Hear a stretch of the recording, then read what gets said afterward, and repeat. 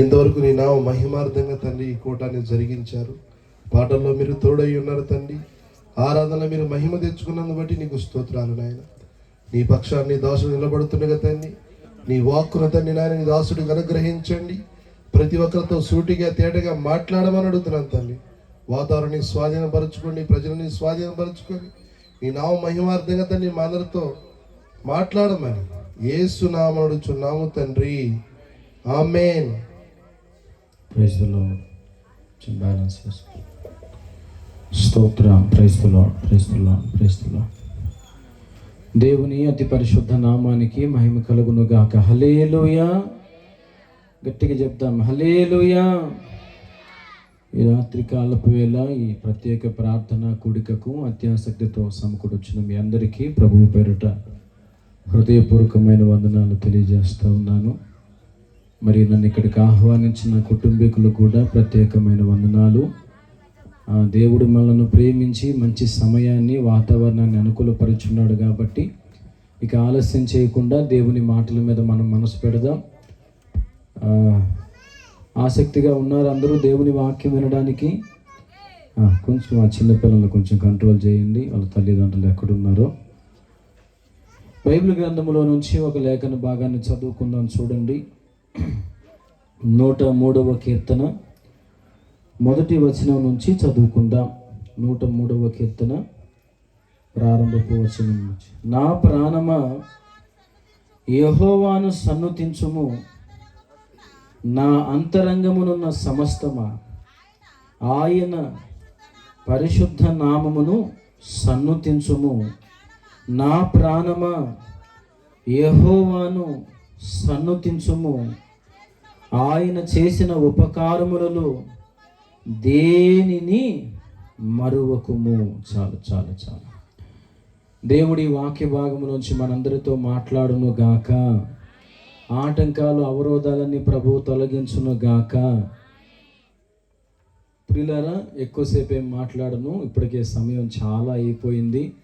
మరి మన వాళ్ళు స్టార్ట్ చేయటమే కొంచెం ఆలస్యమైంది కాబట్టి వాక్యానికి ఇచ్చేసరికి కొంచెం లేట్ అయిపోయింది. కట్టే కొట్టే తెచ్చే అన్నంత సులువుగా చెప్పేస్తాను, మీరు కూడా జాగ్రత్తగా వినండి.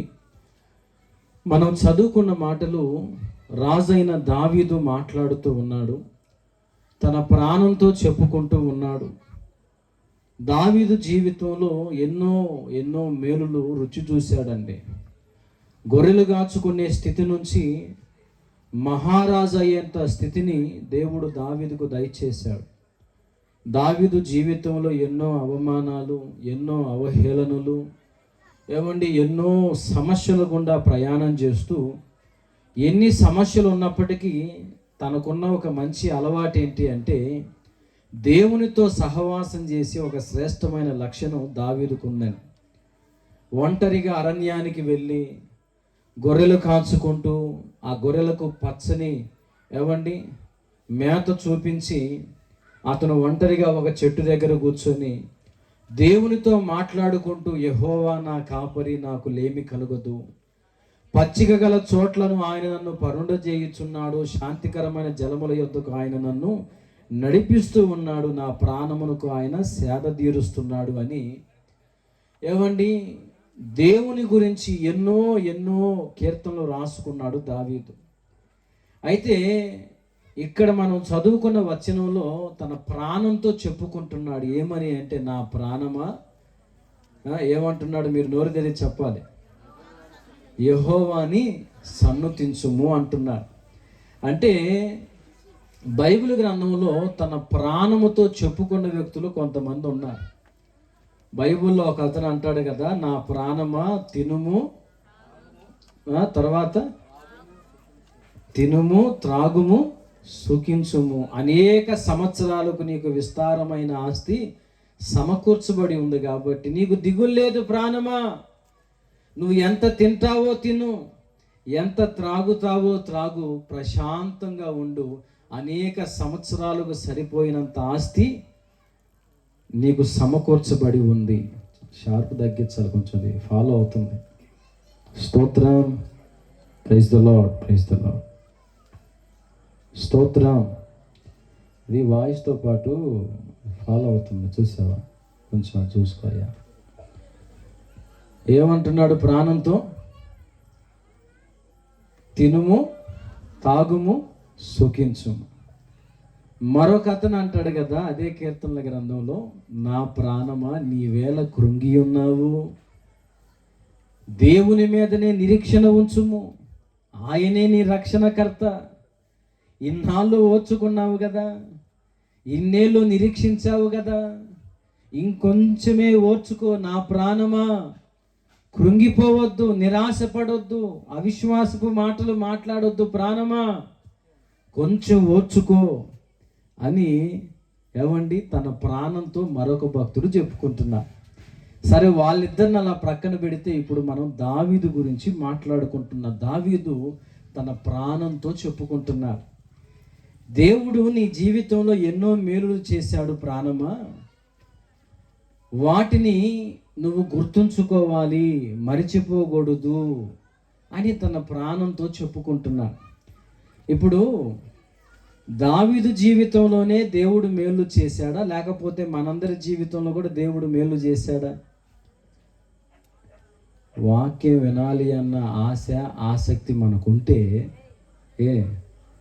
పక్కన ఎన్ని శబ్దాలు వినబడినా, ఎంతమంది వ్యక్తులు వెళ్ళినా మైండ్ అటువైపు పోదు. అక్క వింటున్నావా? ఒక పాస్టర్ గారి దగ్గరికి ఒక అతను వచ్చాడట.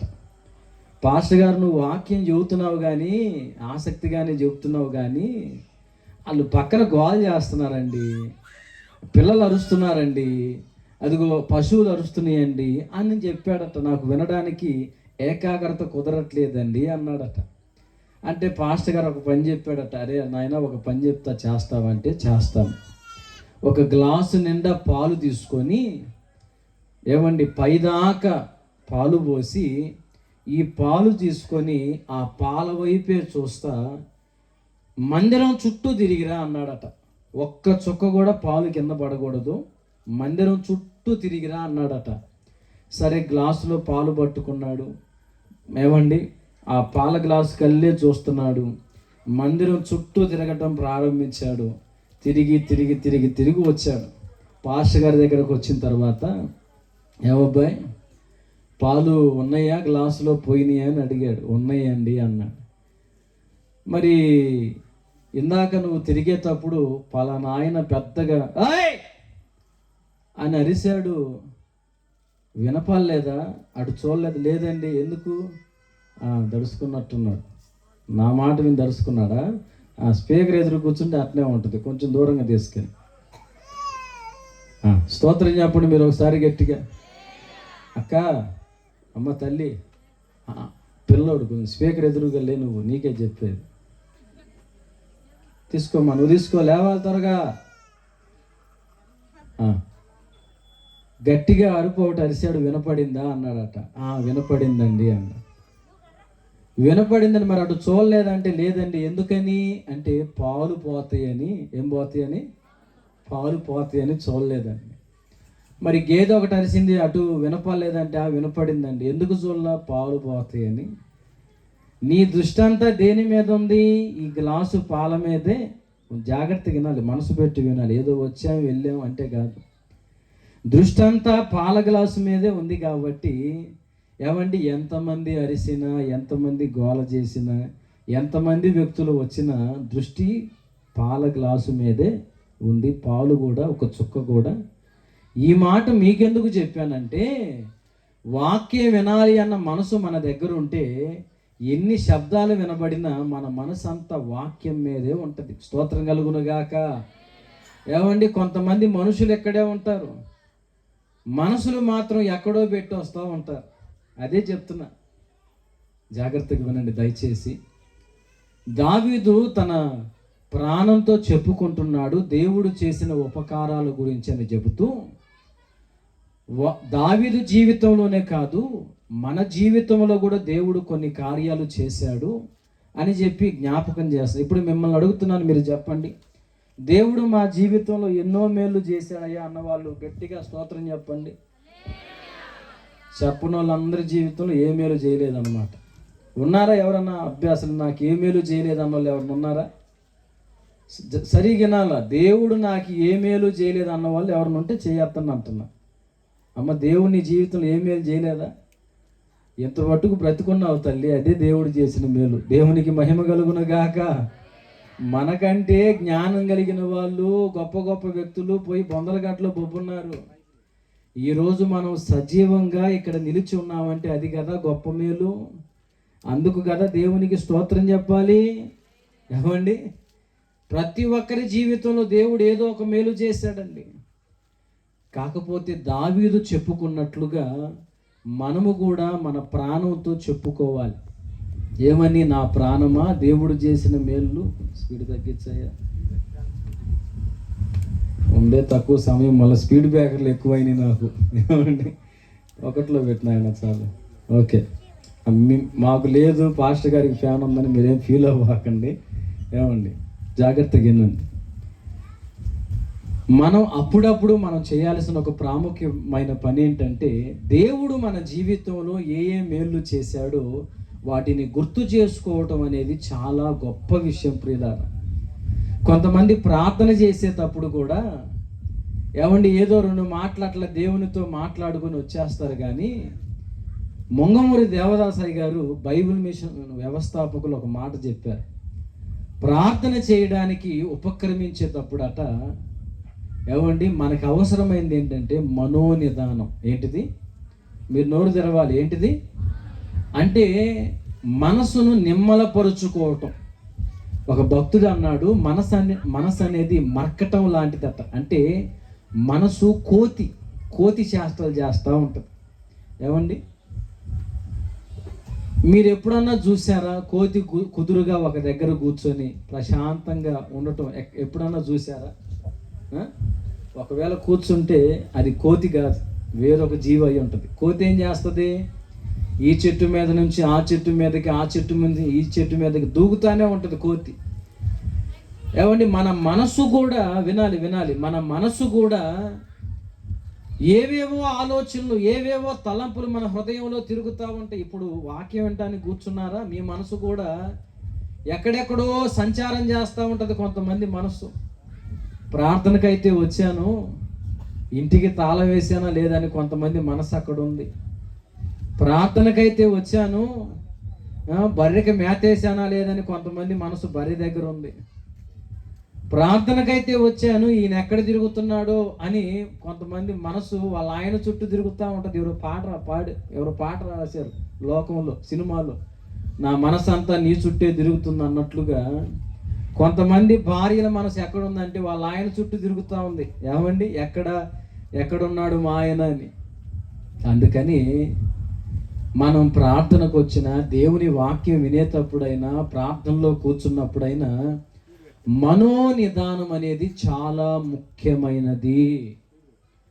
మన మనసు తొందర చేస్తూ ఉంటుంది, హడావిడి చేస్తూ ఉంటుంది.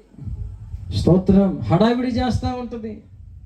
మన మనసుని మనం నిమ్మలపరుచుకొని కాస్త ప్రశాంతంగా దేవుని దగ్గర కూర్చొని ముందు మన మనసుకి ఏమండి దేవుడు ఏ ఏ మేలు చేశాడో, నా ప్రాణమా నా సమస్తమా ప్రభుని స్తుతించుమా, నా యేసు చేసిన మేలను నీవు మరువకుమా. ప్రశాంతంగా కూర్చొని వెళ్ళంగానే కొంతమందికి ఉన్న ఒక దరిద్రపు అలవాటు ఏంటంటే, అయ్యా మాకు ఇల్లు కట్టించు, అమ్మాయికి పెళ్లి చేయి, అబ్బాయికి ఉద్యోగం ఇయ్యి, అమ్మాయికి పెళ్ళి చాలా కాలం అవుతుంది, పిల్లలు లేరు, పొలం వేసాం పండాలయ్యా. ఇక ఈగోలే కానీ ఏమండి, అసలు దేవుడు అంతకు మునుపు మన జీవితంలో ఎన్ని మేళ్ళు చేశాడు, ఎన్ని ఉపకారాలు చేశాడు అని వాటన్నిటినీ మొదట మనం గుర్తు చేసుకోవాలట. స్తోత్రం చెప్పండి. రెండు చేతులు పైకెత్తి హల్లెలూయా. ప్రతి కార్యము, ప్రతి మేలు, ప్రతి ఉపకారం గుర్తుంచుకోవాలి. అయితే దావీదు భక్తుడు తన ప్రాణంతో చెప్పుకుంటున్నాడు. ఆ 3వ వచనంలో అంటాడు కదా, దేవుడు మనకు చేసిన మేలులు ఎన్నో ఉన్నాయండి. కొంతమంది చెప్తారు, అయ్యా మాకు ఇల్లు లేదు, ఒకప్పుడు దేవుడు మాకు ఇల్లు ఇచ్చారయ్యా. కొంతమంది అంటారు, నాకు ఒకప్పుడు అనారోగ్యం వచ్చింది, చచ్చిపోతానేమో అనుకున్నాను, దేవుడు నన్ను స్వస్థపరిచాడయ్యా. పిల్లలు లేరు నాయన, ఎన్నో ప్రాంతాలకు తిరిగాను, పిల్లలు లేరు, ఇదిగో యేసయ్య దగ్గరకు వచ్చిన తర్వాత నాకు పిల్లల్ని ఇచ్చాడు. ఏవండి, ఎన్నో ఎన్నో భౌతికమైన మేలుల గురించి సాక్ష్యం చెప్పేవాళ్ళు ఉన్నారు. అయితే దేవుడు చేసిన మేలులన్నిటికంటే ముఖ్యమైన మేలు ఏంటి? దేవుడు చేసిన మేలులన్నిటికంటే ఉన్నతమైన మేలేంటి అంటే, దావీదు మనకి గుర్తు చేస్తున్నాడు తన ప్రాణంతో చెప్పుకుంటూ, నీ దోషములన్నిటినీ, 3వ వచనంలో ఉంది కదా, ఏంటి? నీ దోషములన్నిటినీ క్షమించువాడు అంటాడు. తర్వాత ఆ కీర్తన అంతా కూడా మీరు ధ్యానం చేయండి, సమయం లేదు. పడమరకి తూర్పు ఎంత ఎడమో మన పాపములకు మనకి అంత ఆయన ఎడము కలుగజేసి ఉన్నాడు. తండ్రి తన కుమారుల ఎడల జాలిపడునట్లు యెహోవా మన ఎడల జాలిపడుతున్నాడు. మన దోషములు, మన పాపములు ఆయన జ్ఞాపకం చేసుకోలేదు, ఆయన మనల్ని క్షమించాడు అని ఏమండి పాపముల ప్రస్తావన తీసుకొని వస్తున్నాడు. జాగ్రత్తగా వినండి, మనసు పెట్టి వినండి. ఎన్నో మేలులు పొందుకున్నాం, అయితే వాటన్నిటికంటే ముఖ్యమైన మేలు ఏంటి అంటే, మనము చేసిన పాపములను దేవుడు క్షమించటమే ఒక ముఖ్యమైన మేలు. ఎందుకంటే ఈరోజు మనిషి అనుభవిస్తున్న సమస్త బాధలకు కారణం మనిషి జీవితంలో ఉన్న పాపమే ప్రియులారా. ఏంటి నోరు తెరిచి చెప్పండి, ఏంటిది? పాపం అని చిన్నగా చెప్పాల్సిన అవసరం, కాస్త గట్టిగా చెప్పండి, ఏంటిది? ఈరోజు మనిషి అనుభవిస్తున్న బాధలన్నిటికీ కారణం ఈ పాపమే. మంచి చెడ్డ తేడా లేకుండా, నీతి నియమాలు లేకుండా ఇష్టం వచ్చినట్లు బ్రతుకుతూ, ఏమండి పాపం పుణ్యం ఎరుగక, ఏమండి చీకటిలో బ్రతుకుతున్న ప్రజలు ఎంతోమంది ఉన్నారు. వాళ్ళు అనుభవిస్తున్న బాధలకు కారణం ఏంటో తెలుసా? పాపమే అని చెప్తున్నా. ఎందుకంటే ఒకళ్ళు పాపము చేస్తే బైబిల్ గ్రంథం చెప్పింది, ఆ పాపం అట 4 తరాలకు కొట్టిద్దట. ఏంటండి? ఒక్కళ్ళు పాపం చేస్తే ఆ పాపం అట 4 తరాలకు కొట్టిద్దట. ఆ పాపాన్ని ఎప్పుడైతే మన జీవితంలోంచి తొలగించుకుంటామో అప్పుడు మనము ఆశిస్తున్న నెమ్మది, సమాధానం మనం అనుభవించగలుగుతాం. స్తోత్రం కలుగునుగాక. హల్లెలూయా. ఈరోజు చాలామంది ఎన్నో ప్రయత్నాలు చేస్తున్నారు ఈ పాపాలు తొలగించుకోవటం కోసం. ఒక వ్యక్తి మంచిగా జీవనోపాధి చేసుకుంటూ, భార్యాబిడ్డలను చూసుకుంటూ, సమాజంలో గౌరవంగా బ్రతికే వ్యక్తి కాలక్రమంలో ఒక త్రాగుబోతుగా మారుతున్నారు. ఏమండి, ఉదయం నుంచి సాయంత్రం దాకా కష్టపడి ఆ సంపాదన అంతా తీసుకెళ్ళి బార్ షాపులో ఖర్చు పెడుతున్నారు. అయ్యా బాబు, ఎందుకు నీ సంపాదన అంతా తీసుకెళ్ళి బార్ షాపులో ఖర్చు పెడుతున్నావు? కట్టుకున్న భార్యకి వస్త్రం కొనివ్వలేకపోతున్నావు, కన్న బిడ్డలకు స్కూల్ ఫీజు కట్టలేకపోతున్నావు, కడుపు నిండా అన్నం పెట్టలేకపోతున్నావు, సమాజంలో విలువ లేకుండా బ్రతుకుతున్నావు. ఎందుకు నువ్వు ఇలా మారిపోయావు అని ఒక త్రాగుబోతును గనక మనం పరిశీలిస్తే, ఏమండి ప్రశ్నిస్తే అతను చెప్పే సమాధానం ఏంటంటే, నాకు నెమ్మది లేదు, సమాధానం లేదు, అందుకని నేను త్రాగుడికి అలవాటు పడ్డానని మందు తాగే వ్యక్తి చెప్తారు. ఏమండి విచిత్రం ఏంటంటే, ప్రశాంతత కోసం, నెమ్మది కోసం ఇతను వెళ్ళి తాగొస్తాడా? ఇతను తాగిన దగ్గర నుంచి ఇంట్లో వాళ్ళకి ప్రశాంతత ఉండదు. ఎంతమంది ఒప్పుకుంటారు?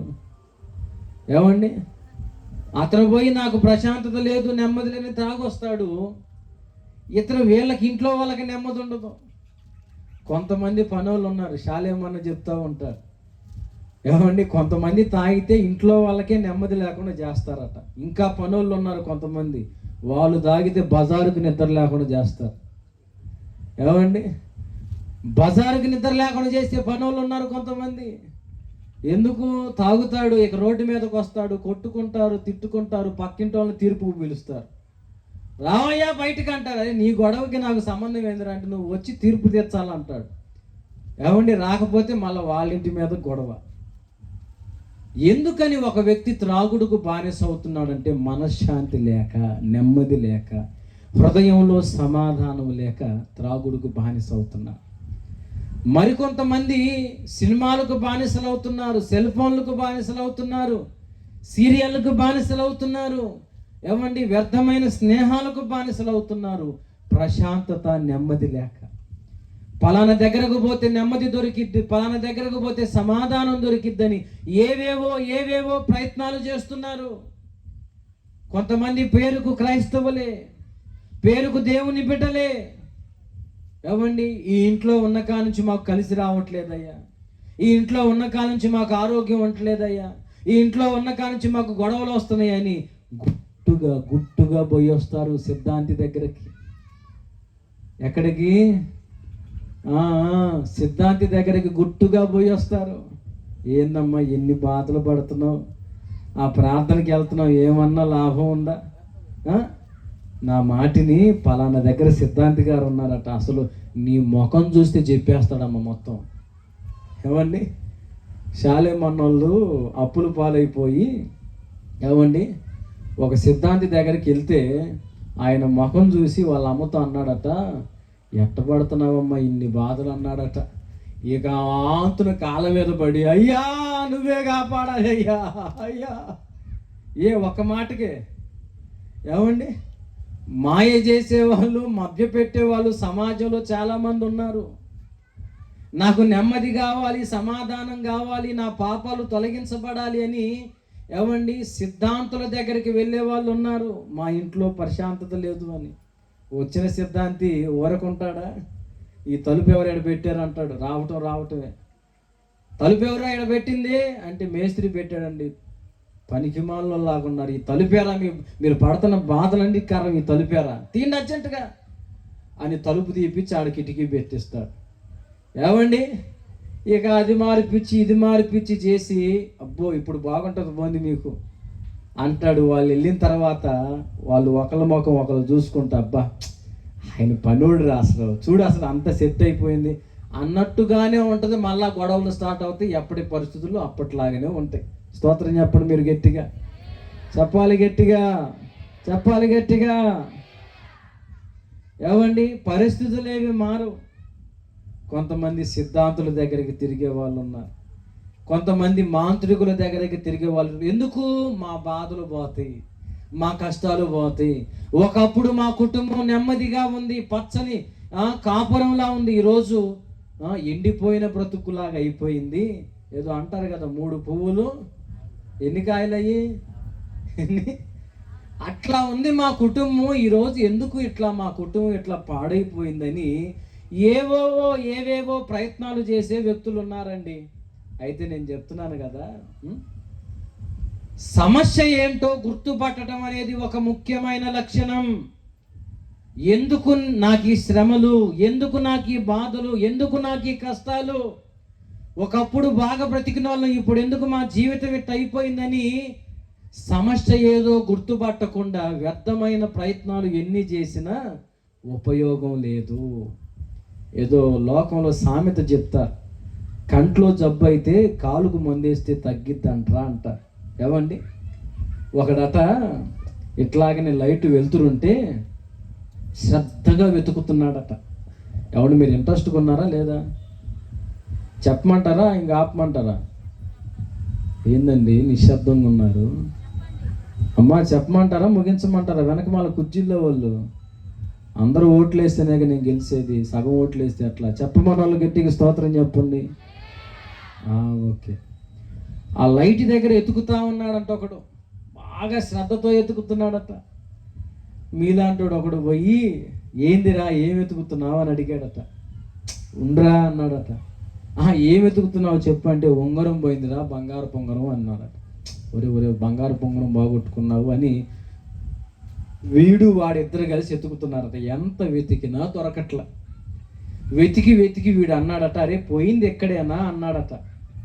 ఆడి కళ్ళు చూసి ఇక్కడ కాదు అన్నాడు. మరి ఆడరా లోపల చీకటిగా ఉంది చూడరా చెట్టు కింద, అక్కడ పోయిందిరా. మరి అక్కడ పోతే ఎక్కడెందుకు ఎతుకుతున్నావు అంటే, ఆడ చీకటిగా ఉంది, ఈడ వెలుతురుగా ఉందని ఈడ ఎతుకుతున్నాను. మీకు వెలిగిందా బలుపు? ఇంతకి వెలిగిందా బలుపు? ఏమండి ఈరోజు నెమ్మది కోసం, సమాధానం కోసం ఏవేవో ప్రయత్నాలు చేస్తున్నారు, కానీ మనిషి ఆశిస్తున్న నెమ్మది మాత్రం పొందుకోలేకపోతున్నాడు. హైవే రోడ్డు మీద ఎండాకాలం మీరు చూస్తే అల్లంత దూరంలో నీటి మడుగు కనపడతా ఉంటుంది. ఎంతమందికి తెలుసు? అక్కడ దాకా వెళ్ళారనుకోండి, ఏదో నీళ్ళు ఉన్నాయి ఇక్కడని, అక్కడ నుంచి మళ్ళీ అల్లంత దూరం కనపడతా ఉంటుంది. దాన్నే ఎండమావి అన్నారు. ఈరోజు మనిషి వెతుకుతున్నది ఏమండి? సమాధానం అలాగనే ఉంది. డబ్బు సంపాదిస్తే ఇక నా పరిస్థితులు మారిపోతాయి, డబ్బుంటే నాకు చాలు అని పాపం కొంతమంది దేవుణ్ణి కూడా పక్కన పెట్టేసి పైసామే పరమాత్మ, డబ్బుంటే కొండ మీద కోతి కూడా దిగొచ్చిదిరా, దేవుడు దేవుడు అంటే ఎట్రా అని డబ్బు సంపాదన మీద దృష్టి పెట్టి పాపం ఏమండి కోట్లకు పడగలెత్తి సంపాదించిన వాళ్ళు ఉన్నారు. ఒక మాట చెప్తా, రాజకీయ నాయకుల దగ్గర డబ్బు ఉందా లేదా? సినిమా యాక్టర్ల దగ్గర డబ్బు ఉందా లేదా? మరి డబ్బు పెట్టుకొని వాళ్ళు ఎందుకు ఆత్మహత్యలు చేసుకుంటున్నారు? చెప్పాలి. ఇప్పుడు మనోళ్ళు కొంతమంది దేవుణ్ణి పక్కన పెట్టేసి సృష్టికర్త గురించి ఆలోచించకుండా, నిజమైన దేవుని గురించి ఆలోచించకుండా నాకు డబ్బు డబ్బు డబ్బు కావాలని పరిగెత్తుతున్నారు కదా. డబ్బు ఉంటే అన్నీ వస్తాయి అని అనుకుంటున్నారు కదా. మరి సినిమా యాక్టర్లు ఎందుకు ఆత్మహత్య చేసుకుంటున్నారు? కోట్ల రూపాయలున్నా. రాజకీయ నాయకులు ఎందుకు ఆత్మహత్యలు చేసుకుంటున్నారు? అంటే డబ్బున్నంత మాత్రాన మనశ్శాంతి రాదు, డబ్బున్నంత మాత్రాన ప్రశాంతత ఉండదు. ఎలా దొరికింది నెమ్మది అంటే చెప్తున్నా, మన పాపములు ఎప్పుడైతే మనం కడిగి వేసుకుంటామో అప్పుడు మనం ఆశిస్తున్న నెమ్మది కలిగిన జీవితం మనకు దొరికింది. ప్రియులారా, స్తోత్రం చెప్పండి గట్టిగా ఒకసారి. హల్లెలూయా. మన మీద ఉన్న పాపాలు తొలగించబడినంత కాలం నువ్వు ఎన్ని ప్రయత్నాలన్నా చేయి, ఎంతమంది దగ్గర కన్నా వెళ్ళు, ఎన్ని ప్రాంతాలైనా దర్శించు, నీ పాపాలు కడిగి వేసుకోకపోతే చెప్తున్నా, నువ్వు ఆశిస్తున్న నెమ్మది సమాధానం పొందుకోలేవు. స్తోత్రం చెప్పండి గట్టిగా ఒకసారి. ఏమండి, నేను చెప్పేది వింటున్నారా? కొంచెం మనసు పెట్టి వినండి. మనం ఎన్ని ప్రయత్నాలు చేసినా పాపాలు తొలగించుకోకుండా మనము ఆశిస్తున్న నెమ్మది సమాధానం మనం పొందుకోలేము. ఎన్ని చేసినా పర్వాలేదు, ఇప్పుడు బాగానే ఉన్నట్టుంది అన్నట్టుగానే ఉంటుంది. కానీ ఏమండి, మనము ఆశిస్తున్న ప్రశాంతత మాత్రం పొందుకోలేము. మరి మన పాపాలు ఎలా తొలగించుకోవాలి అంటే అన్యజనులు కొన్ని మార్గాలు వేసుకున్నారండి పాపాలు తొలగించుకోవడానికి. ఏమండి, వారు వేసుకున్న మార్గాలు ఏంటి అంటే ఆకుపూజ, బిల్వార్చన, తైలాభిషేకం, నెయ్యి అభిషేకం, కోటి దీపార్చన, సహస్రార్చన, కుంకుమార్చన, కుంభాభిషేకం, పుష్కర స్నానం, పుణ్యనది స్నానం, గోదానం, భూదానం, జపం, తపం, వ్రతం, మండల దీక్ష, మాలధారణ, కొబ్బరి టెంకాయలు, అగరబత్తీలు, తలనీలాలు, ఇలా చెప్పుకుంటూ పోతే ఎన్నో ఉన్నాయి. ఇవన్నీ ఎందుకు మనుషులు ఏర్పాటు చేసుకున్నారయ్యా అంటే, ఓ భగవంతుడా, ఇదిగో నేను పాపం చేశాను, నా పాపానికి ప్రతిగా ఇదిగో ఈ అర్పణ తీసుకుని నన్ను వదిలిపెట్టు అని అన్యజనులు కొంతమంది సొంతంగా వారే మార్గాలు వేసుకున్నారు. జాగ్రత్తగా వినాలి. ఎంతోమంది ఎన్నో రకాల మార్గాలు వేసుకున్నారు. అయితే ఒక మంత్రం ఏమని చెప్తుందంటే, పాపోహం పాపకర్మాణం పాపాత్మ పాప సంభవ త్రాహిమాం కృపయా దేవా శరణాగత వత్సల అన్యదా శరణం నాస్తి త్వమేవ శరణం మమ అంటున్నా. అంటే పాపోహం, నేను పాపిని, పాపకర్మానం, పాపకర్మలే చేస్తున్నాను, పాపాత్మ, నా ఆత్మ కూడా పాపము చేతనే ఉన్నది, త్రాహిమాం కృపయా దేవా, ఓ కృప కలిగిన దేవుడా నీ శరణు చొచ్చాను, అన్యదా శరణం నాస్తి త్వమేవ శరణం మమ అంటున్నాడు. అంటే నేను చేసిన పాపాలు తొలగించుకొని మోక్షానికి చేరాలి అంటే అన్య మార్గాల ద్వారా నా పాపాలు తొలగిపోవు. త్వమేవ శరణం మమ అంటే, ఓ భగవంతుడా, నువ్వే ఏదైనా దారి చూపిస్తే తప్ప నాకు దిక్కు లేదయ్యా అని ఏవండి ఒక బ్రాహ్మణుడు ప్రార్థన చేస్తూ ఉన్నాడు. స్తోత్రం చెప్పండి గట్టిగా ఒకసారి. అంటే మనము చేసిన పాపములు తొలగించుకొని మనము నెమ్మదిని పొందాలి అంటే మన చేత కాదట. మరి ఎలా సాధ్యమవుతుందంటే సృష్టికర్త అయిన దేవుడే కలుగ చేసుకొని మన పాపములకు ఏదో ఒక ప్రాయశ్చిత్తం చేస్తేనే మన పాపాలు తొలగించబడతాయట. ఏవండి, భారతదేశ లెక్క ప్రకారం వినాలి జాగ్రత్తగా. భారతదేశ లెక్క ప్రకారం 33 కోట్ల మంది కంటే ఎక్కువ మంది దేవుళ్ళుగా, దేవతలుగా, బాబాలుగా, స్వామీజీలుగా, గురువులుగా ఆరాధించబడుతున్న వ్యక్తులు ఉన్నారు. మనుషులు చేసిన పాపముల కోసం ప్రాయశ్చిత్తం చేసిన దేవుడు ఎవరైనా ఉన్నారా అని వెతికితే ఒక్కరంటే ఒక్కరు కూడా మనకి కనపడరని. ఈరోజు యేసు ప్రభు నిజమైన దేవుడని చెప్తున్నాం. ఎందుకు అంటే మనుషులు చేసిన పాపముల కోసం ప్రాయశ్చిత్తం చేసిన ఏకైక దేవుడు నజరేయుడైన యేసుక్రీస్తు ఒక్కడు మాత్రమే. కొట్టు, గట్టి కొట్టు, ఏసైకి చప్పట్లు కొట్టు, కొట్టాలి గట్టిగా.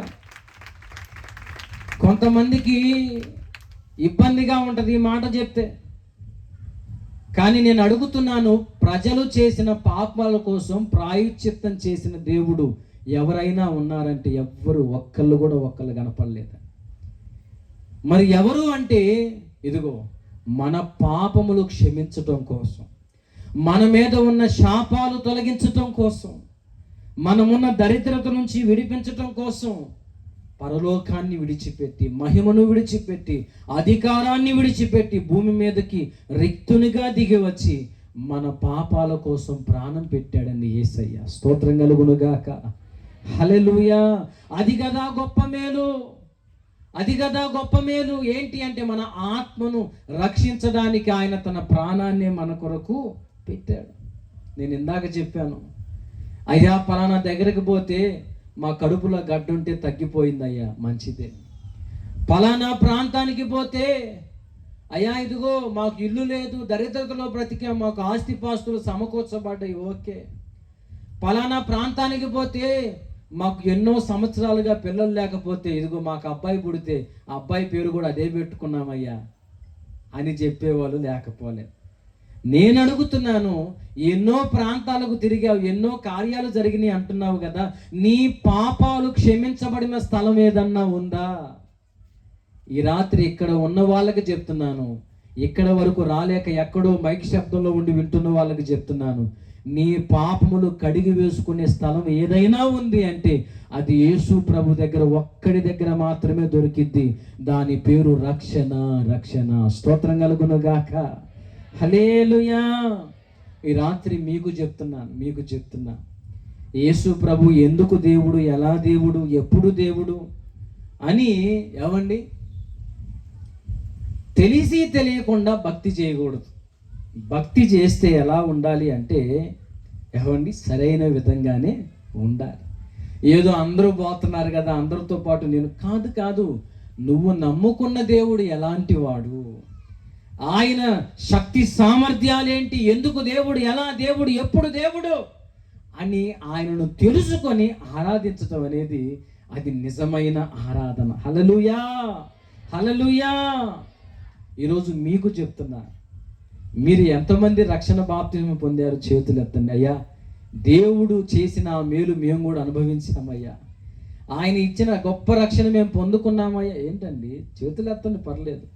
రక్షణ పొందిన వారు చేతులు ఎత్తండి. ఓకే, దేవునికి మహిమ కలుగును గాక. ఓకే, దించండి. ఇంకా మేము బాప్తిస్మం పొందలేదయ్యా అన్నోళ్ళు చెయ్యెత్తండి.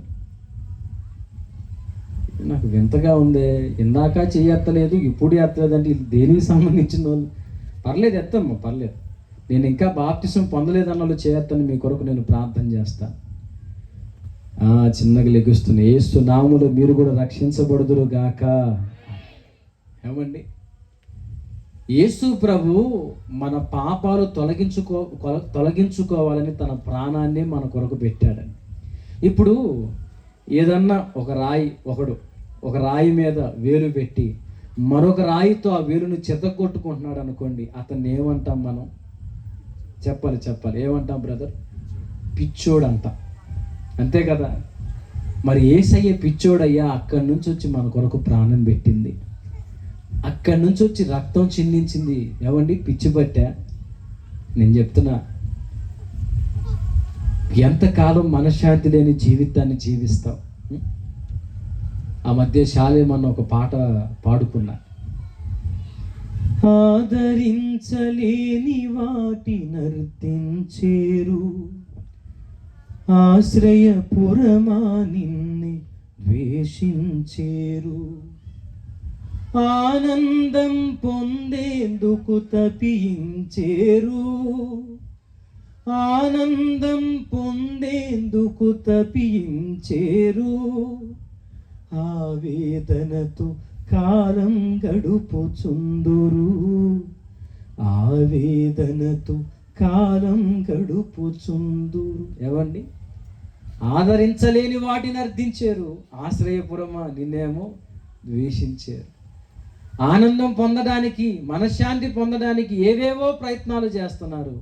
ఈరోజు చెప్తున్నా, యేసుకు దూరంగా బ్రతుకుతున్నావు, మనశ్శాంతిగా బ్రతకగలుగుతున్నావా?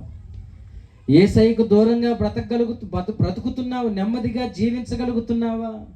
కష్టాజితాన్ని అనుభవించగలుగుతున్నావా? కొంతమంది కష్టాజితం ఇందాక చెప్పినట్లుగా బార్ షాపులు పాలైపోతుంది. కొంతమంది సంపాదన వడ్డీ వ్యాపారస్తుల చేతుల్లోకి వెళ్ళిపోతుంది.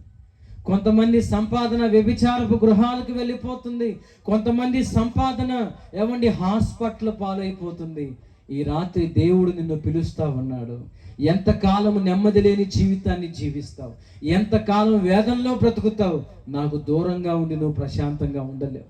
కులానికి భయపడి, మతానికి భయపడి, కుటుంబానికి భయపడి ఎంతకాలం అలాగ బ్రతుకుతావు? యేసు ప్రభు ఈ రాత్రి మీ అందరికి ఒక పిలుపునిస్తా ఉన్నాడు.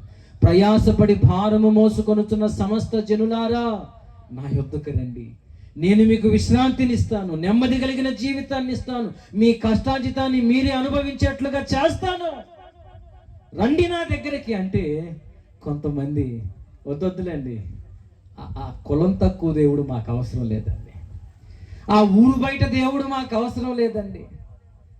ఏవండి, కులానికి ఒక దేవుడు, మతానికి ఒక దేవుడు ఉంటాడా అండి? ఆకాశమందున సూర్యుని వలనే దేవుడొక్కడండి, నరుడై పుట్టిన యేసుని దేవుని నామం యేసు స్వామి సుండి. ఏమండి, బజారుకు ఒక దేవుడు, ఊరికి ఒక దేవుడు, జిల్లాకు ఒక దేవుడు ఉన్నాడండి. దేవుడు అనేవాడు ఒక్కడే ఉంటాడు. ఆయన మనుషులందరి కొరకు ప్రాయశ్చిత్తం చేసిన వాడై ఉంటాడు. స్తోత్రం కలుగునుగాక. హల్లెలూయా. ఈ రాత్రి చెప్తున్నాను, ఎంతకాలం మనం బ్రతుకుతామో తెలియదు, ఎంత మటుకు భూమి మీద మనకు ఆయుష్ ఉందో తెలియదు. నీ గొంతుకులో ప్రాణం ఉండగానే నీ పాపాలు కడిగి వేసుకొని నువ్వు దేవుని దగ్గరకు చేరాలని ఈ రాత్రి దేవుడు నీతో మాట్లాడుతున్నాడు. రేపటి దినాన దేవుని దగ్గరికి వెళ్ళిన తర్వాత అయ్యా నాకు తెలియదు అంటే దేవుడు ఒప్పుకోడు. చెప్తున్నా, ఈ రాత్రి నువ్వు అనుకోకుండా రాలేదు ఇక్కడికి, నా దేవుడే నిన్ను తీసుకొని వచ్చి కూర్చోబెట్టి నీతో మాట్లాడుతున్నాడు. రేపటి దినాన ఆయన దగ్గరికి వెళ్ళిన తర్వాత ఎందుకు పాపం చేసావని అడగడు. పాపాలు కడిగి వేసుకోవడానికి నేను దారి చూపించాను కదా, ఎందుకు నిర్లక్ష్యం చేశావు? ఎందుకు నిర్లక్ష్యం చేశావు అని దేవుడు నిన్ను గద్దించి నరకానికి పంపిస్తాడు. ఏమండి, అవకాశం ఇచ్చినప్పుడే సద్వినియోగపరచుకోవాలి. స్తోత్రం చెప్పండి గట్టిగా ఒకసారి. హల్లెలూయా. మీలో ఇంకా ఎంతమంది రక్షణ పొందకుండా ఉన్నారో మీకు చెప్తున్నా, మీ పాపాల నుంచి విడుదల పొందడానికి దేవుడు ఒక చక్కని మార్గం సిద్ధపరిచాడు. ఆ మార్గం పేరే యేసుక్రీస్తు. ఏంటి ఆ మార్గం పేరు? యేసయ్యను నమ్ముకోండి, మీ కుటుంబాలు బాగుపడతాయి, మీ జీవితాలు బాగుపడతాయి. యేసు ఉంటే చాలండి. డబ్బు లేకపోయినా బ్రతకొచ్చు, ఎవరు ఉన్నా లేకపోయినా బ్రతకొచ్చు. యేసు ఒక్కడు లేకపోతే నీకు ఇల్లున్నా, బంగారం ఉన్నా, సంపాదన ఉన్నా, బంధు బలగం ఉన్నా నువ్వు ప్రశాంతంగా బ్రతకలేవు. యేసు ఒక్కడుంటే చాలు, ఏది ఉన్నా ఏది లేకపోయినా బ్రతకగలుగుతావు. హల్లెలూయా. కాబట్టి తొందరగా రక్షణ పొందండి. ఏం చెప్పాడు? నువ్వు పాపాలు కడిగి వేసుకోవాలంటే ఒక 6 నెలలు తల కింద పెట్టి కాలు పైకి లేపి నడవమని చెప్పాడా? ఏం చెప్పాడు? దేవుని ప్రేమ ఇదిగో జనులార భావంబునం తెలియరే, కేవలము నమ్ముకొని నా పరలోక ఏంటేంటి కేవలం ఊళ్ళోకి వస్తువులు వస్తాయి కదండి అప్పుడప్పుడు, కేవలం 10 రూపాయలే, కేవలం 5 రూపాయలే అని వస్తువులు వస్తాయి చూడండి. దేవుడు అంటున్నాడు కేవలం నువ్వు నమ్మితే చాలు, ఇంకేం చేయాల్సిన పనిలే. కేవలం నమ్మితే చాలు నీ పాపాలు క్షమించబడతాయి. కేవలం విశ్వాసం ఉంచితే చాలు నరకం తప్పించుకుంటావు. నాకు కాదులే తర్వాత చూద్దామంటే నీ కర్మ, నేను చేయగలిగింది ఏం లేదు. శాలేమన్న చెబుతాడు, చెప్పటం నా ధర్మం, వినకపోతే ఎవరి కర్మ? నీ కర్మ అంటున్నారు. ఎవరు? నా కర్మ కాదు, విననోళ్ళ కర్మ. కొంతమంది ఎంతో మొత్తుకొని చెబుతున్నా, ఏమండి తర్వాత చూద్దాను బెదరు, ఇప్పుడు కాదులే బెదరు, ఎంతకాలం ఉంటావు ఉండు. నువ్వు యేసయ్యకు దూరంగా ఉన్నంతకాలం మనశ్శాంతిని పొందలేవు. ఈ రాత్రి దేవుడు ప్రేమతో చెప్తున్నా, త్వరగా రక్షణ పొందు. ఆయన నీ కొరకు ఎంత త్యాగం చేశాడో చూడు, ఎంత బలైపోయాడో చూడు.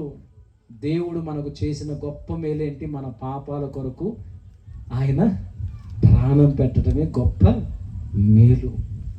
ఏమండి అయిపోయి, ఇంకా ఎవరైనా మీ పాపాలు కడిగి వేసుకోకపోతే త్వరగా మీ పాపాలు కడిగి వేసుకో.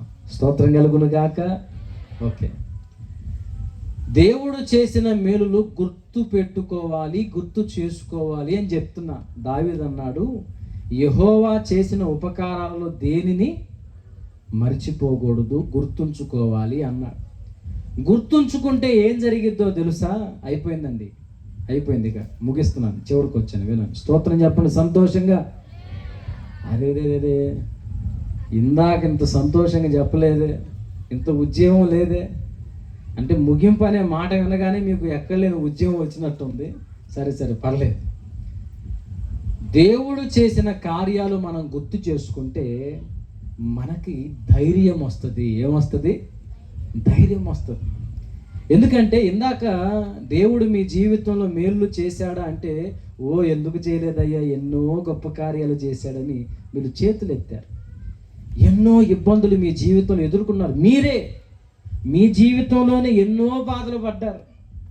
ఇక నా పని అయిపోయిందయ్యా, ఇక అయిపోయిందయ్యా జీవితం అని అనుకున్నప్పుడు దేవుడు మీ దగ్గరకు వచ్చి మిమ్మల్ని తట్టి లేవనెత్తి లేదు అని మరలా మీ జీవితానికి నూతన జీవాన్ని ఇచ్చి, ఏవండి మీకు ధైర్యాన్ని ఇచ్చి నడిపించిన అనుభవాలు ఎన్నో మీ జీవితంలో ఉన్నాయి. ఎన్నో అప్పుడు తొలగించిన అనుభవాలు, రోగాలు స్వస్థపరిచిన అనుభవాలు, ఎక్కడో దిగువ పరిస్థితుల్లో ఉంటే దేవుడు అంచెలంచెలుగా లేవనెత్తిన అనుభవాలు ఎన్నో మీ జీవితంలో మీ కళ్ళతో మీరే చూశారు. దేవుడు అంటున్నాడు కదా, అవన్నీ మీకు గుర్తుంటే ఇప్పుడు మీకు వచ్చిన సమస్యలు వినాలి అయిపోయింది. ఇప్పుడు మీకు వచ్చిన ఇబ్బందులు, ఇప్పుడు మీ జీవితంలో మీరు ఎదుర్కొంటున్న బాధల గురించి మీరు భయపడరు. ఇశ్రాయేలు ప్రజల గురించి ఏమంటాడంటే, ఎన్నో ఆశ్చర్య కార్యాలు వారు చూశారు కానీ అవన్నీ వాళ్ళు మరచిపోయారట. అందుకనే అడుగడుగున దేవుణ్ణి శోధిస్తూ వచ్చారు, దేవుణ్ణి అనుమానిస్తూ వచ్చాడు. ఎందుకు అంటే ఆయన ఐగుప్తు దేశంలో ఎన్నో అద్భుతాలు చేసి వీళ్ళని బయటకు తీసుకొని వస్తే ఎర్ర సముద్రం దగ్గరికి రాగానే సనగటం మొదలు పెట్టారు. మనం గనక ఏమండి, ఏ చిన్న బాధ వచ్చినా, ఏ చిన్న కష్టం వచ్చినా, ఉన్నావా ఉంటే మాకేంది బాధలు అని అంటాం. దేవుడు అంటాడు, నీ జీవితంలో పిచ్చిమొహమా, నీ జీవితంలో ఎన్ని కార్యాలు చేసా గుర్తు తెచ్చుకో ఒకసారి. చచ్చిపోయే దానివి నువ్వు బ్రతికించా గుర్తుందా? నా పరిస్థితి అయిపోయింది అనుకున్నావు, లేవనెత్తా గుర్తుందా? అవన్నీ గుర్తుంటే ఇప్పుడు నువ్వు భయపడవు. నువ్వు భయపడుతున్నావు అంటే అర్థం ఏంటంటే దేవుడు చేసిన మేలులన్నిటినీ మర్చిపోయావు. ఏం జరిగింది? అవి గుర్తున్నంతకాలం నీకు ధైర్యం ఉంటుంది. ఏమండి, అదే దావీదు గురించి మీకు చెప్తున్న ఒక మాట. ఫిలిస్తీయులు ఇశ్రాయేలు మీదకి యుద్ధానికి వచ్చి, ఏమండి 40 రోజులు సవాలు విసురుతున్నాడు. పొద్దున్నే టిఫిన్ చేస్తున్నాడు వాడు, గొలియాతు వస్తున్నాడు. ఏయ్ ఉన్నాడా ఎవడన్నా, ఒక్కడ రండిరా, ఎవడన్నా ఒక్కడ రండిరా అని సవాలు విసురుతున్నాడు. మళ్ళా పోతున్నాడు, అన్నం తింటున్నాడు, వస్తున్నాడు. ఏయ్ ఉన్నాడా అంటే ఎవరుంటారు? వాడిని చూడంగానే గుండెలు కాస్త నీరైపోతున్నాయి. దావీదు వచ్చాడండి. ఎవరు వచ్చారు? వెంకట సుబ్బయ్య. ఎవరు చెప్పండి, ఎవరు తెలిసి అయిపోయింది. దావీదు వచ్చాడు. వచ్చి అంటాడు కదా, ఈ ఫిలిస్తీను బట్టి ఎవరి మనస్సు కృంగ నిమిత్తము లేదు అంటున్నా. రాజు దగ్గరికి వెళ్ళాడు. రాజు అంటాడు కదా, రాజా దావీదు నువ్వు చిన్నోడివయ్యా, బుడ్డోడివయ్యా, నీ వల్ల కాదయ్యా అంటే దావీదు ఏం చేశారో తెలుసా? గత కాలంలో దేవుడు తనకి చేసిన కార్యాలేంటో గుర్తు చేసుకున్నాడు. రాజా మీకు ఒక సాక్ష్యం చెప్పాలి.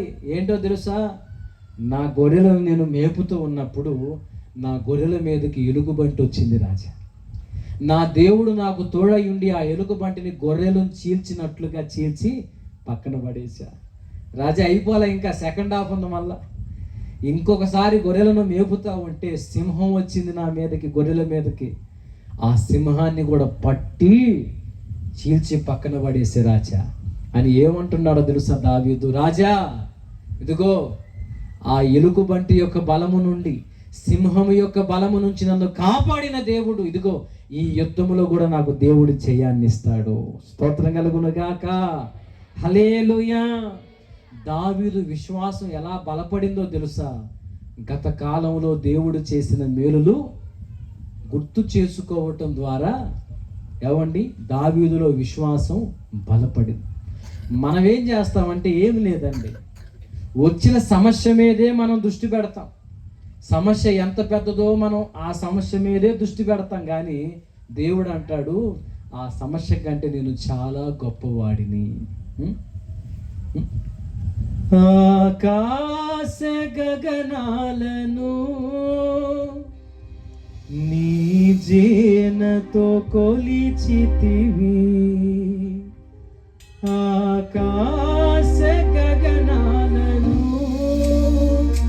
నీ జేనతో కొలిచితివి,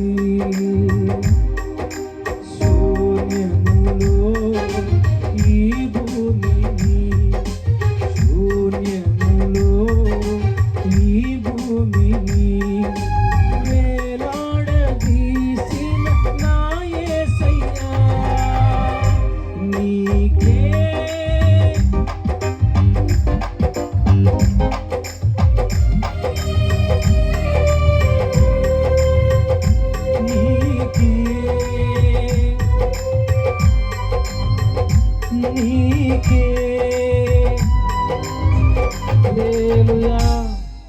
ఏమండి, ఎవరు మన దేవుడు? ఆకాశ గగనాలను జ్ఞానతో కొలిచినవ. ఇప్పుడు ఒక్క మాట అడుగుతున్నా, చెప్పండి. అందరు లైన్లో ఉన్నారా? ఎన్నేళ్ళు? ఓకే. దేవుడు పెద్దవాడా, నీ సమస్య పెద్దదా? చెప్పిక మరి ఎందుకు నువ్వు తిండి మానే సమస్య గురించి ఆలోచించాలి? దేవుడు పెద్దోడే అన్నావుగా, మరి నీ భర్తను దేవుడు మార్చలేడా? నీ అప్పు తీర్చలేడా? నీ రోగం తగ్గించలేడా? నువ్వు ఏ సమస్య గురించి ఇప్పుడు ఆలోచిస్తున్నావో, దేని గురించి నిద్రలేని రాత్రులు గడుపుతున్నావో, దేని గురించి రోగాలు తెచ్చుకున్నావో, ఆ సమస్యకు దేవుని దగ్గర సమాధానం ఉందా లేదా? ఉంది కదా. మరి ఎందుకు నువ్వు ఆలోచించాలి?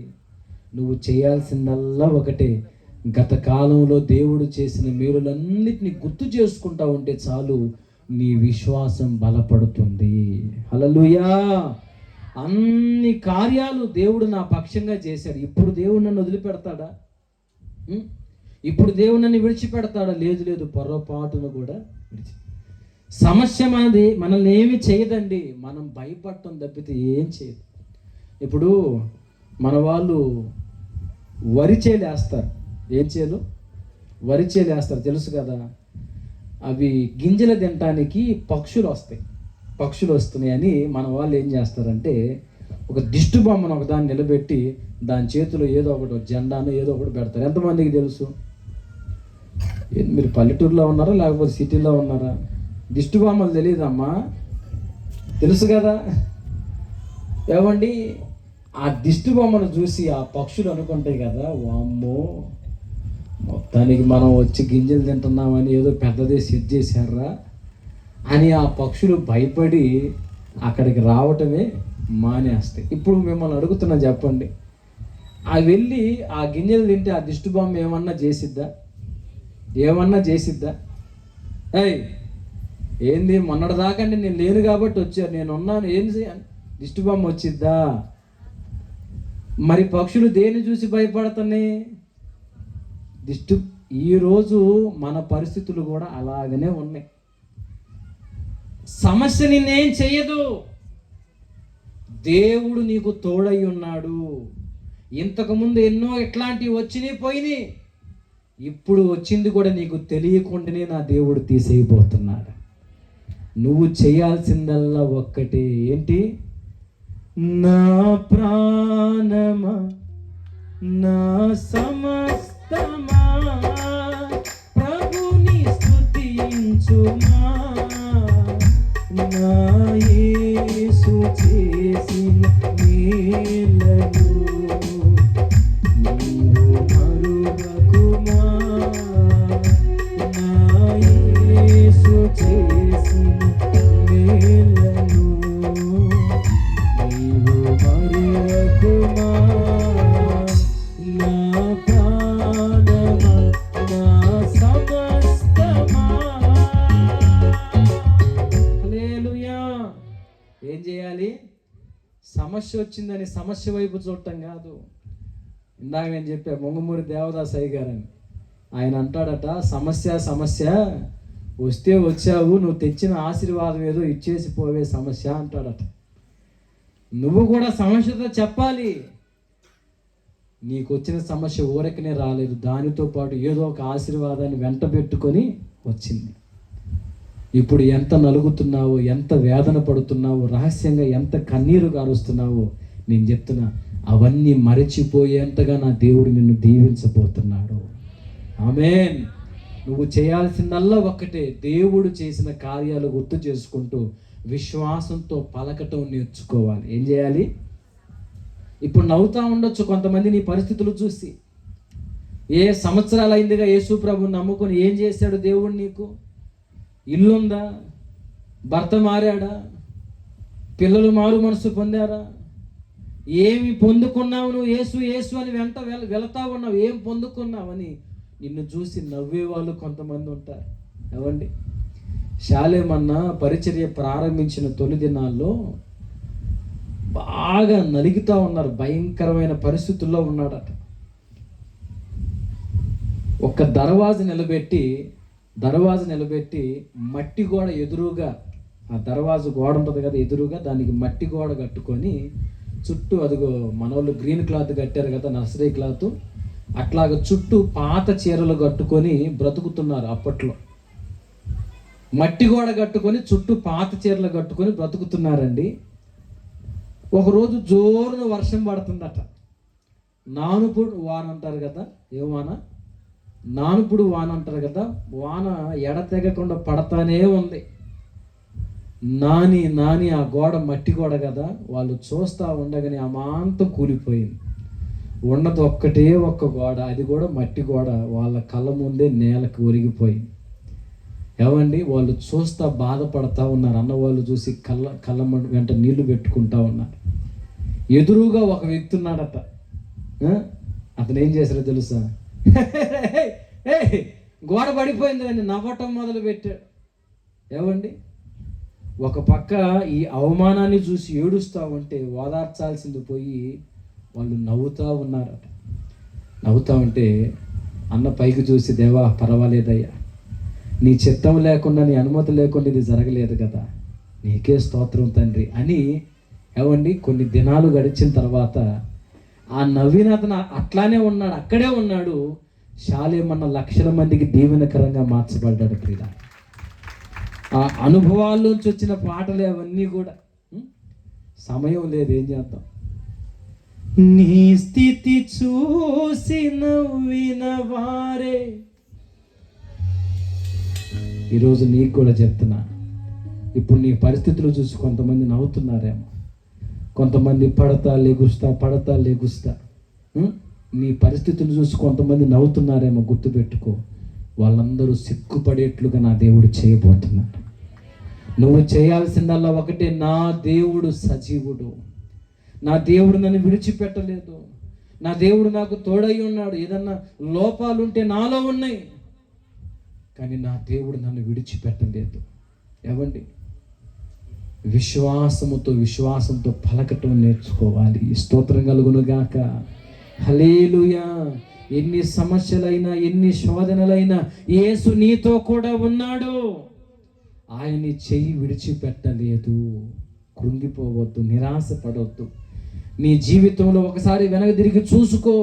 ఎన్నెన్ని కార్యాలు అనుభవించావు, ఎన్నెన్ని మేలులు పొందుకున్నావు, అంతకు మించిన కార్యాలు చూడబోతున్నావు. స్తోత్రం కలుగును గాక. హల్లెలూయా. అయిపోయిందండి.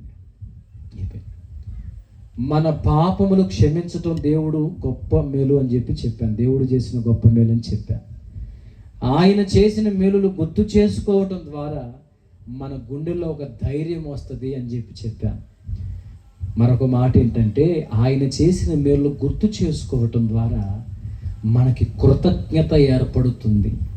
అంటే నేను అయోగ్యుణ్ణి, అపాత్రుణ్ణి, ఆయన ద్వారా మేలు పొందడానికి నాకు యోగ్యత లేదు, అయినా దేవుడు నన్ను జ్ఞాపకం చేసుకొని ఇంతగా నన్ను దీవించాడు, నా నుంచి ఏం కోరుకుంటున్నాడు ఆయన?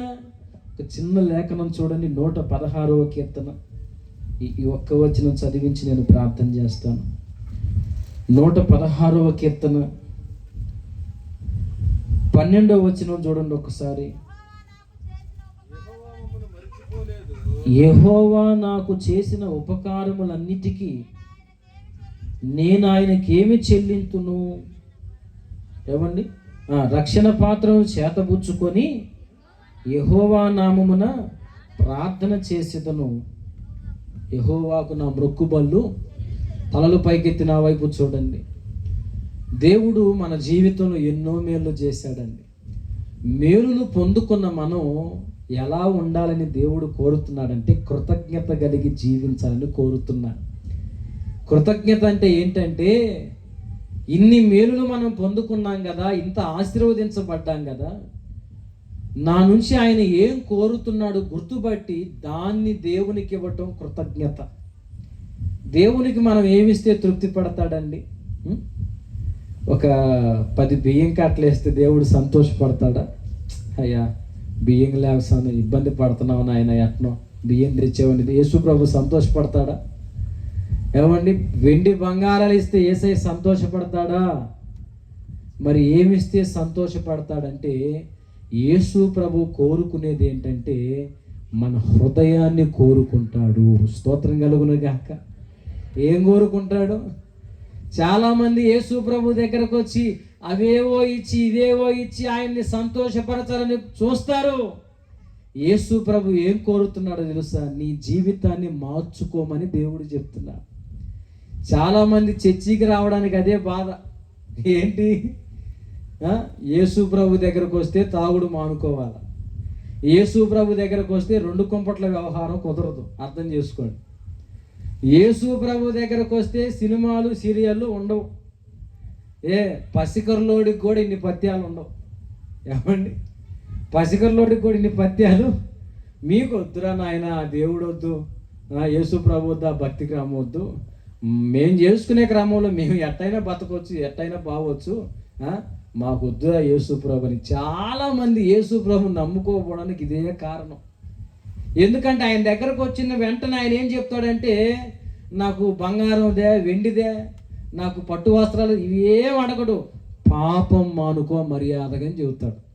స్తోత్రం కలుగును గాక. చాలామందికి చెబుతూ ఉంటే అవన్నీ ఎందుకంటే పాస్టర్కి, తాగుడు గురించి, వ్యభిచారం గురించి ఇవన్నీ ఎందుకు పాస్టర్కి? వాక్యం చెప్పక. ఒక దగ్గర పాస్టర్ గారు వాక్యం చెబుతా, ప్రియులారా, యోహాను 3:16 మనం గుర్తుంచుకోవాల్సిన విషయం, అసలు యోహాను 3:16 గురించి చెప్పాలంటే అసలు మామూలు సంగతి కాదు అని. యోహాను 3:16 అంటే జనాల్లోంచి ఒక లేచాడు ఆవేశంగా, ఏయ్ ఇందా టాంచి చూస్తున్నా, ఏంది పాస్టర్ నా గురించి చెబుతావు నువ్వు? ఏంది నా వ్యవహారం ఎందుకు నీకు అంటున్నాడంట. నీ వ్యవహారం నాకెందుకయ్యా, నేను యోహాను 3 మళ్ళీ యోహాను 3:16 మర్యాదగా ఉండ జాగ్రత్త అంటున్నాడంట. అయ్యా బాబు, నేను యోహాను, అరే మళ్ళీ యోహాను అంటావు. నేను బైబిల్లో యోహాను 3:16 గురించి చెప్తున్నానయ్యా. ఏముందాడా?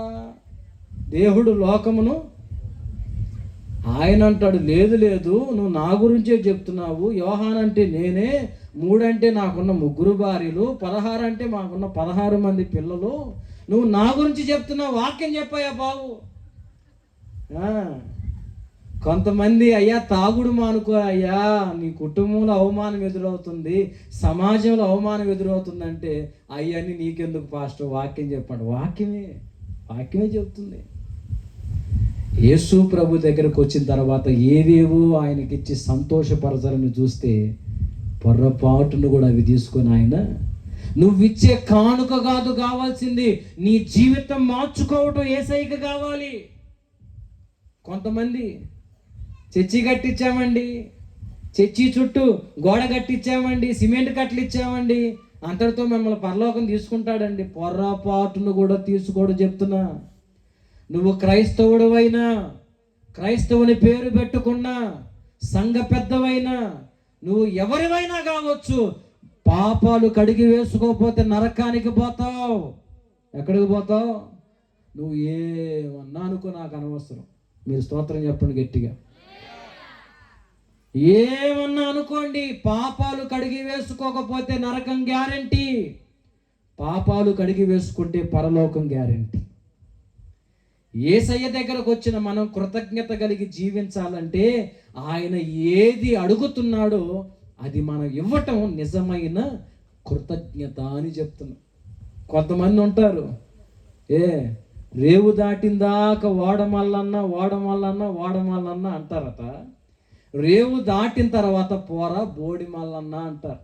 ఎందుకంటే ఆ మధ్య ఒక అతనికి బాగలేదు, గుండెల్లో అంటారు స్టంట్ ఏదో వేశారు, స్టంటే వేస్తే ఐసీయూలో ఉంటే ప్రార్థన చేయడానికి పోతే అక్కడికి వెళ్ళిన తర్వాత అతను, అయ్యా పాస్టర్ గారు వందనాలయ్యా ప్రార్థన చేస్తాను తగ్గిద్దిలే, కానీ మరి నువ్వు తగ్గిన తర్వాత బాప్తిస్మం పొందుతావా అంటే, అయ్యా తగ్గిన తర్వాత నేరుగా చర్చి దగ్గరికే వస్తానయ్యా, చర్చి దగ్గరికి వచ్చి రక్షణ పొందుతానయ్యా ముందన్నాడు. దేవునికి స్తోత్రం అనిపించింది. కొన్నాళ్ళు అయిందండి, తగ్గిందండి, ఇక పొరపాటును కూడా కనపట్లా. నేను ఈ బజార్లో పోతాను, నన్ను చూసి ఆ బజార్లో పోతున్నాడు. నిజం, నేను ఈ జిటు వస్తుంటే అడు తిరిగిపోతున్నాడు. చర్చి దగ్గర కనపడతానన్నాడుగా, చర్చి దగ్గర కనపడట్లా. ఏడాడు ఉంటున్నాడు తెలుసా? రాజకీయ పార్టీల ఆఫీసులు ఉంటాయి, ఆడ కనపడుతున్నాడు. టీ కొట్ల దగ్గర కనపడుతున్నాడు, అరుగుల దగ్గర కనపడుతున్నాడు, కానీ పొరపాటును కూడా చర్చికి. అది కృతజ్ఞతేనా? కొంతమంది నన్ను బతికితే ఇక రక్షణ పొందుతానయ్యా అని ఏడుపులు ఏడుస్తారు. దేవుడు స్వస్థపరిచిన తర్వాత అడ్రస్ కూడా దొరకరు కొంతమంది. అది కాదు కృతజ్ఞత. కృతజ్ఞత అంటే ఏంటో తెలుసా? భక్తుడు అంటున్నాడు, బైబిల్ మూసేస్తున్నాను, భక్తుడు అంటున్నాడు, యెహోవా నామమున నేను ప్రార్థన చేస్తాను అంటున్నాడు. ఏమంటున్నాడు? దేవుడు నాకు ఎన్నో మేలు చేశాడండి, ఎన్నో ఉపకారాలు చేశాడండి, వాటికి నేను ఏమి చెల్లిస్తాను అంటే భక్తుడే అంటున్నాడు కదా, దేవుని ఆత్మచేత ప్రేరేపించబడి ఆయన నామములో ప్రార్థన చేస్తా. ప్రార్థన చేస్తే దేవునికి ఏమొచ్చిద్దండి? ప్రార్థన చేస్తే ఆ సమాజంలో దేవుడు కదులుతాడండి. స్తోత్రం కలుగునుగాక. హల్లెలూయా. ఈరోజు సమాజ పరిస్థితులు మీరు చూస్తూ ఉన్నారు. ఎంతోమంది త్రాగుబోతులయ్యారు. ప్రతి వీధికి ఒక బారు షాప్, ప్రతి ప్రాంతానికి ఒక బారు షాప్. సమాజ పరిస్థితులు బాగోలేదు. యవనస్తులు సెల్ ఫోన్లకు బానిసలైపోయారు. కొంతమంది రక్షణ పొంది దారి తొలగి తిరుగుతూ ఉన్నారు. దేవుని నమ్ముకున్న బిడ్డలుగా, రక్షణ పొందిన బిడ్డలుగా, మేలును పొందుకున్న బిడ్డలుగా మనం చేయాల్సిన ఒక ముఖ్యమైన పని ఏంటంటే ఆయన నామములో ప్రార్థన చేయాలి. అయ్యా, మా సమాజం పాడైపోతుంది దేవా, మా సమాజాన్ని చీకటి ఆవరిస్తుంది దేవా, అయ్యా మా సమాజంలో పరిస్థితులు ఎలా ఉన్నాయి నాయనని ఎవరైతే ప్రార్థన చేస్తారో అదిగో దేవుడు ఆ సమాజంలో కదలటం ప్రారంభిస్తాడండి. దేవుడు ఆకాశం నుంచి చూసి నరులను పరిశీలిస్తూ ఉంటాడట. ఎవరైనా కొంతమంది వ్యక్తులు, ప్రార్థించే వ్యక్తులు కనబడితే ఆ ప్రాంతంలో అడుగుపెట్టి ఆ సమాజాన్ని బాగు చేయాలని దేవుడు చూస్తూ ఉంటాడు. ఎవరైనా ఉన్నారా అని చూస్తూ ఉంటాడు. నేను చెప్తున్నా, ఏ ఊరు మీ ఊరు? అమ్మ, ఈ ఊరి పేరు ఏంటి చెప్పండి కాస్త వరకు. ఏ కళ్ళు? వైకల్లు. నేను ఫోన్లో సెర్చ్ చేస్తాను, నాకు ఆ పేరు దొరకట్లా. ఏమండి, వైకల్లు. ఈ ప్రాంతాన్ని కూడా దేవుడు చూస్తాడటండి. చూసినప్పుడు ఈ ప్రాంతం ఇంత నశించిపోతుంది కదా, ఎవరైనా నలుగురు బిడ్డలు కూర్చొని, అయ్యా నలిగిపోతున్న నా ప్రజను నశించుచున్న, ఎవరైనా మొరపెట్టే వ్యక్తులు ఉన్నారా? ఎవరైనా ప్రార్థన చేసే వ్యక్తులు ఉన్నారా అని దేవుడు వెతుకుతూ ఉంటాడండి. ప్రార్థించే వ్యక్తులు కనపడితే ఆయన దిగి వస్తాడు నీ ప్రాంతానికి, నీ కుటుంబానికి కూడా ఇదే వర్తిస్తుంది. చెప్తున్నా, నీ కుటుంబ పరిస్థితులు బాగోలేదు, నలుగురు కూర్చొని ప్రార్థన చేసే వ్యక్తులు ఉండాలి ఆ ఇంట్లో. ఏ ఇంట్లో అయితే ప్రార్థించే వ్యక్తులు ఉంటారో ఆ ఇంట్లో దేవుడు తన కార్యాలు జరిగించగలుగుతాడు. కాకపోతే కొంతమంది ఎన్ని బాధలు పడుతూ ఉంటారు, ఎన్ని కష్టాలు పడుతూ ఉంటారు, కానీ పొరపాటును కూడా మోకాళ్ళు లేరుగా, పొరపాటును కూడా ఏమండి ప్రార్థన చేయరుగా. వర్షం పడుతున్నట్టుందా? పడుతుందా? ఓకే, అయిపోయింది, ముగిస్తుంది. మీ కుటుంబాల్లో దేవుని కార్యం చూడాలన్నా, మీ సమాజంలో దేవుని కార్యం చూడాలన్నా ప్రార్థన బలిపీఠాలు కట్టబడాలి. ఇదిగో దేవుడు మరి ఆ బిడ్డలను ప్రేమించి ఒక ప్రార్థనా గదిని ఏర్పాటు చేశాడు. అమ్మ మొక్కే మలవరా, మొక్కే మలవరా. అయిపోయింది, ప్రార్థన చేస్తున్నా. ఒక్కసారి కనులు మూయినందరూ చిన్న మాట ప్రార్థన చేస్తా. కృతజ్ఞత అంటే ఏంటి అంటే ప్రార్థన సమాజం కోసం ప్రార్థన చేస్తే దేవుడు కదలాలి అనుకుంటున్నా. దేవా నా సమాజాన్ని దర్శించవా, నా ప్రాంతాన్ని దర్శించవా.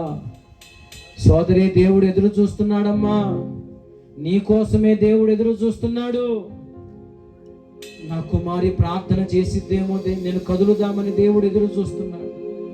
నువ్వేమో బద్ధకస్తురాలువై మత్తుగా ఉన్నావు. నీ సమాజం ఎలా బాగుపడిద్ది, నీ కుటుంబం ఎలా బాగుపడిద్ది? అదిగో ఒక బలి